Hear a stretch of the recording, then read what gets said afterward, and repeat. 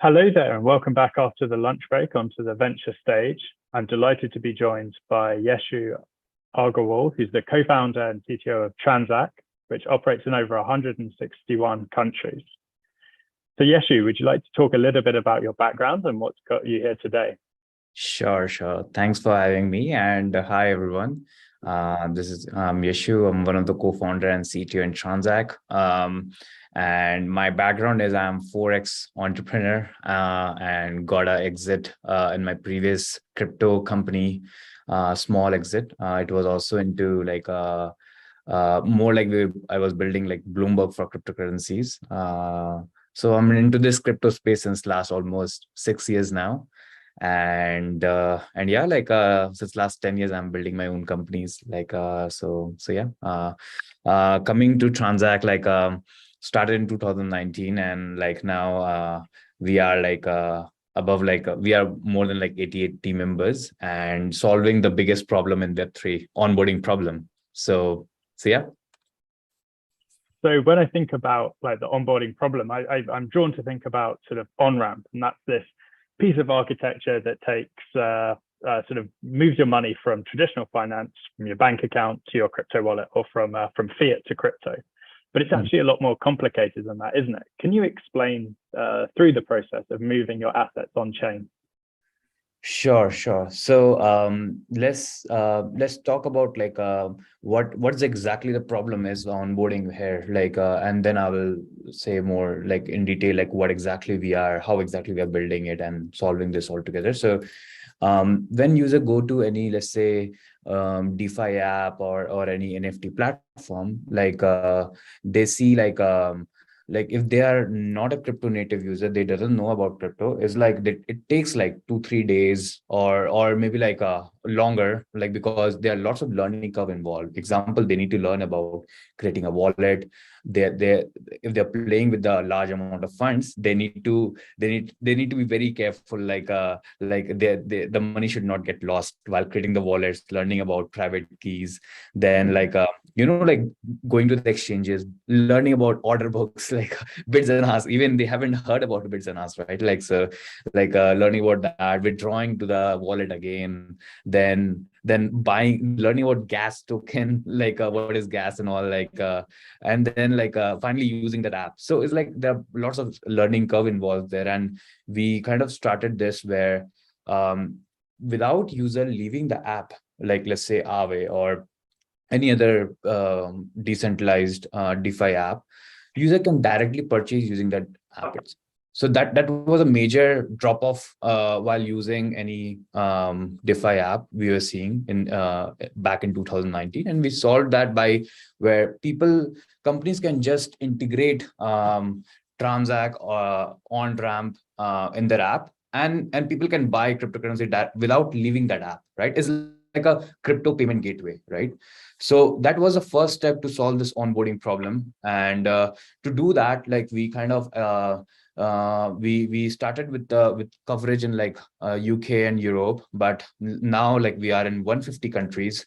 We are getting licenses country by country. So like we have licenses in UK, Europe, like so basically any developers who are building DeFi app, they doesn't need to know they need to like take care of applying licenses in different countries. They just build application for global users, and they just integrate like on ramp like us, and we take care of all the compliances, right? So for them it's just like build an awesome smart contract where awesome like a protocol, and like build a very good front end build a very good UI, like having a very good user experience, and rest of the things we take care of, like onboarding problem we take care for them, right?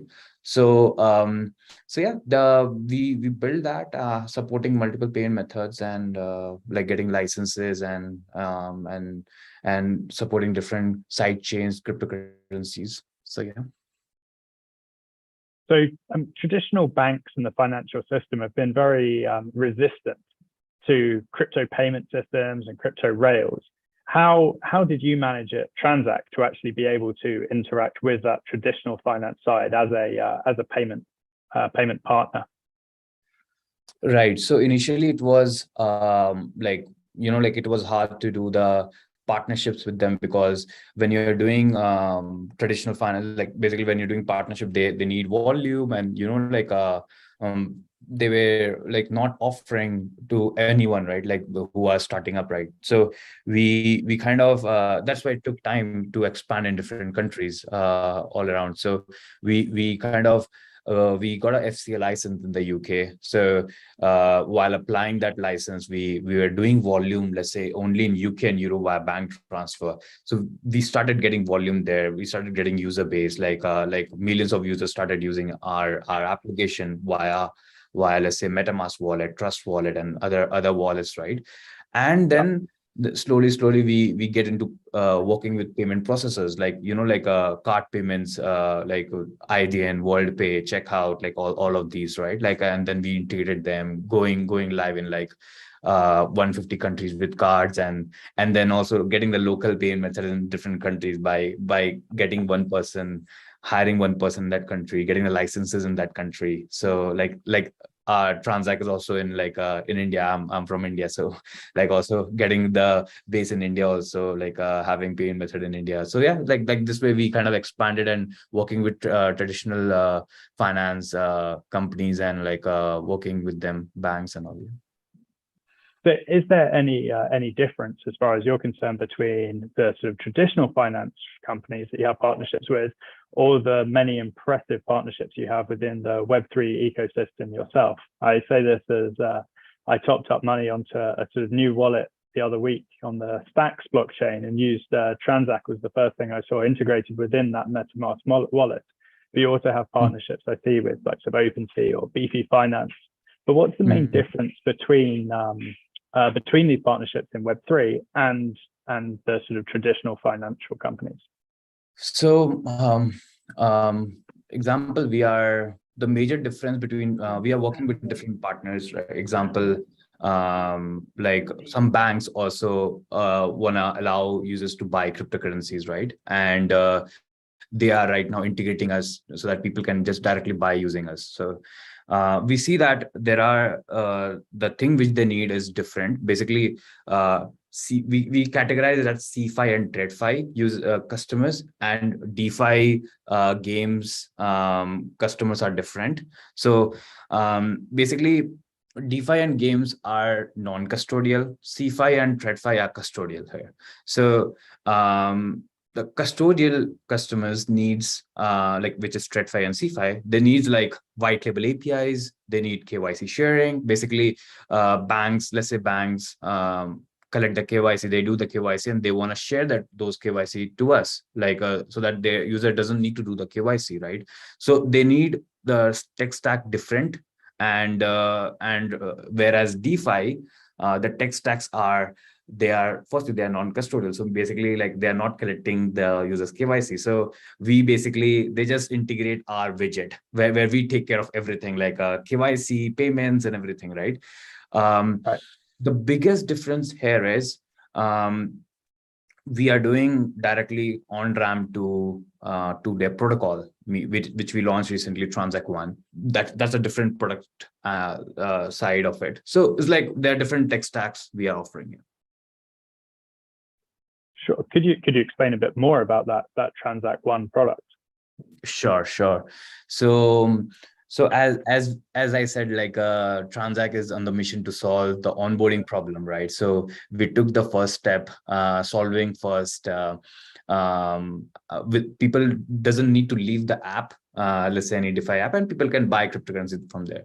Still, after we solved that problem, still we are seeing like there were around 13, 14 steps people were doing in order to use any app. Basically, user were let's say going to Aave, they were buying, let's say, USDC, then they were buying, let's say, ETH for the gas token, and then they were doing allowance transaction, then at last they were staking the money. So they were doing 4 transactions, and like the user experience is like, if they doesn't know about crypto space and coming for the first time, is like, is lots of tasks to do for them, right?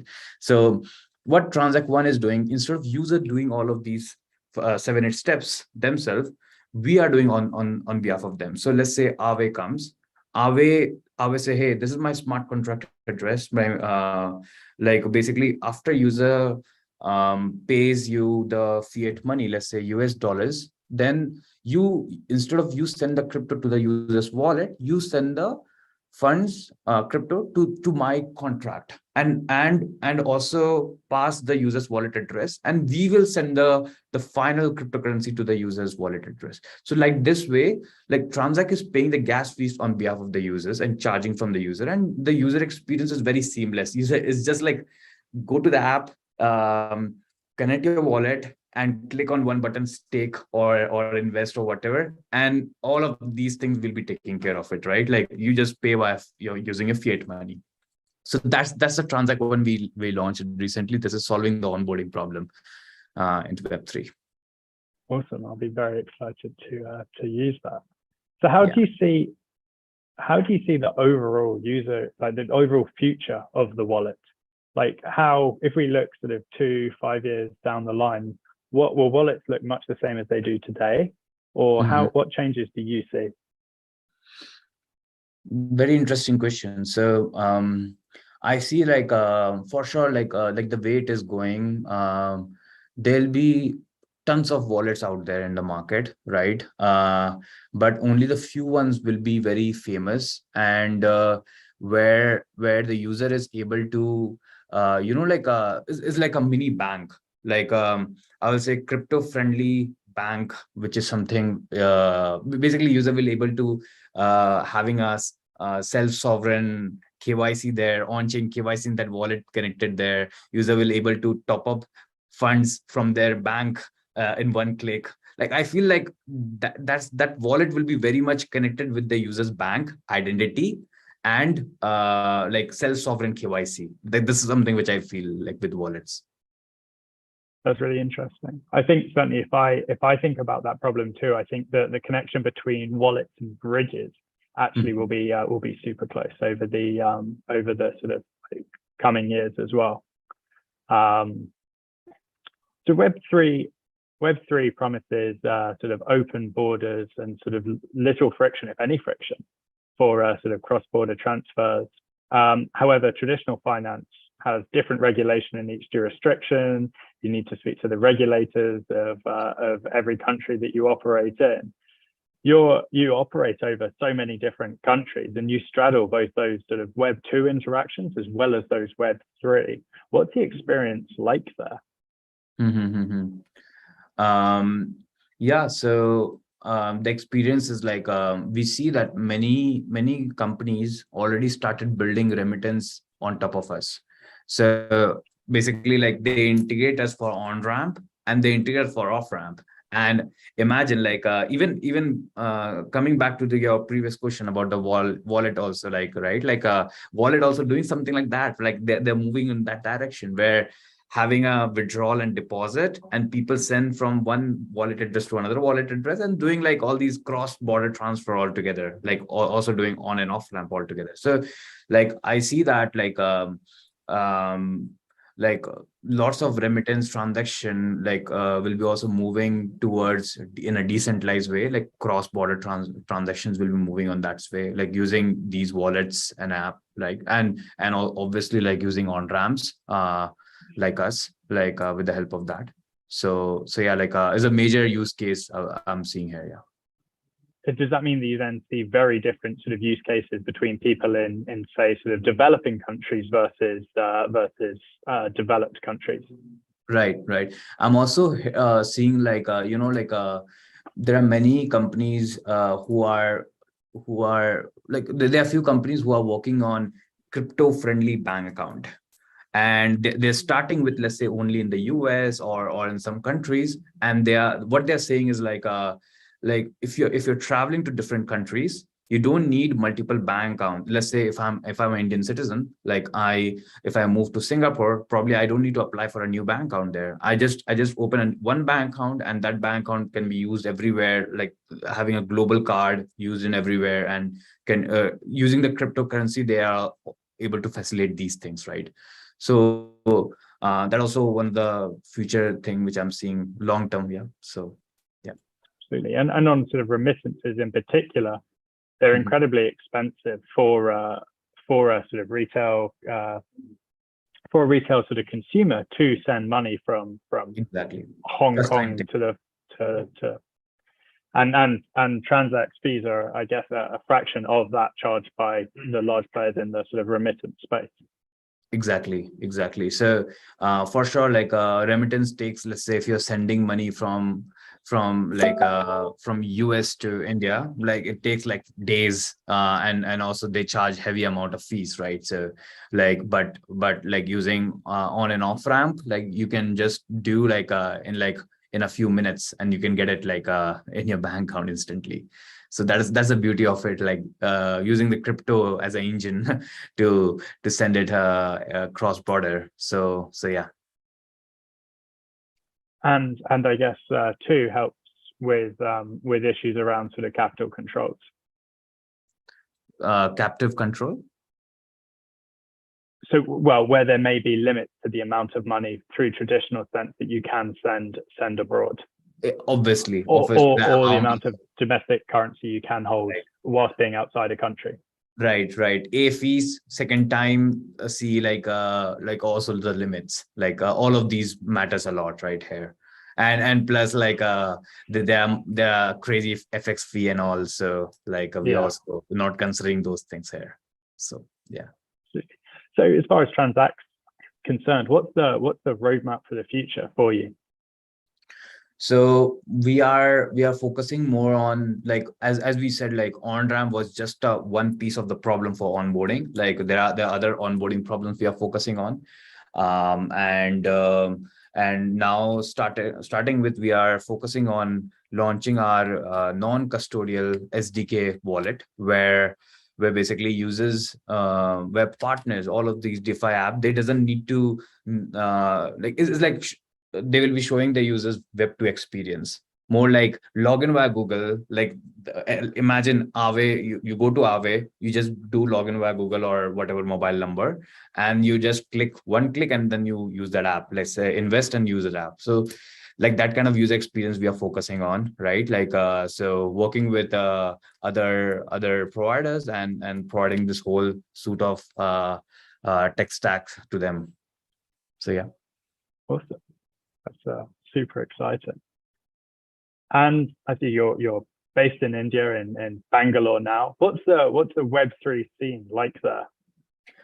So here, like there are, like in Bangalore, there is known for developers. So here, like there are many active developers community out there, and like I see that many developers are becoming entrepreneur here, like they're building their own companies, or they're joining for big like joining in a big companies, Web3 companies.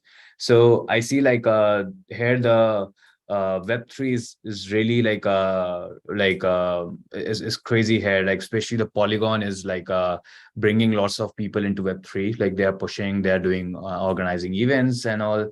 So I see that like anyone who is like building on Web3, they can hire like people like from India, like it also like kind of cost us somewhere similar, but I would say like you can go fast and have a small team also. Like also you can think about Web3 is decentralized, right? So like in Transak also we are like started with decentralized first company. So yeah, like that's something I see here.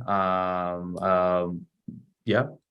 And about the adoption, there are like in India there are large user base, you can say, like so in terms of adoption, your app will be having a lots of users, and you can go viral in that case. Yeah, absolutely. And Polygon, of course, has an Indian founding team, I believe.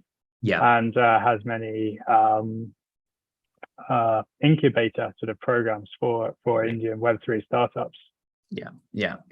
So yeah, like recently there are many incubators came up in India. So including Polygon also supporting them, giving grants and all these things. So yeah, that's a big push to Web3, which these companies are doing, and also Transak is also moving in that direction, pushing people in India like to Web3. So yeah. Awesome. So speaking from yourself as a multiple time founder and like obviously co-founder and CTO of Transact now, what advice would you give for people starting and builders within Web3? How should builders be thinking? Because like there's a minefield out there, both in terms of regulation, but also down to sort of what chains one operates on with different communities, etc. But what's your advice? Good question. So firstly, like when anyone is building on Web3, like using like any creating DeFi app or something like that, first thing I see like many people are getting influenced with the blockchain. Like basically, let's say one blockchain is doing a promotion and they are very much influenced with that and they're like doing building on top of that. So firstly, like do proper research, like which blockchain is good for the app which they are creating. Don't just like do hacky and build it for that particular blockchain only just because of grant. Like think about long-term architecture plan. Second thing is when you're building it, don't get scared about distribution. Like basically don't think like I'm only from, let's say, only and living in this country, so probably how I'll go and market my product in other countries. So like think about from the first day you're building a global product. So like always think about in that direction. And third thing is like whenever you are building a product like in Web3, don't build for Web3 audience. Like I know like people who are developers, Web3 developers, like blockchain developers, they are very much tech savvy. They think like I can like anyone can use this app. Think like your mom, dad can use this app. Like that way, like build just like Web2 app. Think like building like a Web3 app, like where user doesn't need to know the technical jargons and of Web3, and they can just onboard it fastly, right? Like that's something I will say focusing is very important here while building this. Yeah. And when I said like getting the licenses and all, like when you're expanding in different countries, you can leave those things, let's say, to us, like a Transact. Like we take care of compliance, license, and all these things, like the onboarding problem where people able to use your protocols. Like we take care of those things, so you don't need to go apply for licenses and all these things. You just build a very good user interface and very good like your smart contract protocol, right? And we take care of other things. So I was moderating a talk yesterday with Robbie Young. He's the CEO of Animoca Brands, and I sort of put to him that in Web2 you build the product and then the community will come, and he sort of retorted that in Web3 you can build both simultaneously. That you don't have to wait for the product for the community to form. Does that resonate too with your experience? Yeah, I agree. Like you can build it all together, and also you don't need to build a whole rocket. You can just start with the skateboard and slowly you can do it like with the community itself. So I agree with this. Yeah. Awesome. Yeah. Okay, I think as we're running down to the last thing, I guess as a final call to action, is there any bold statement you'd like to make for the audience listening?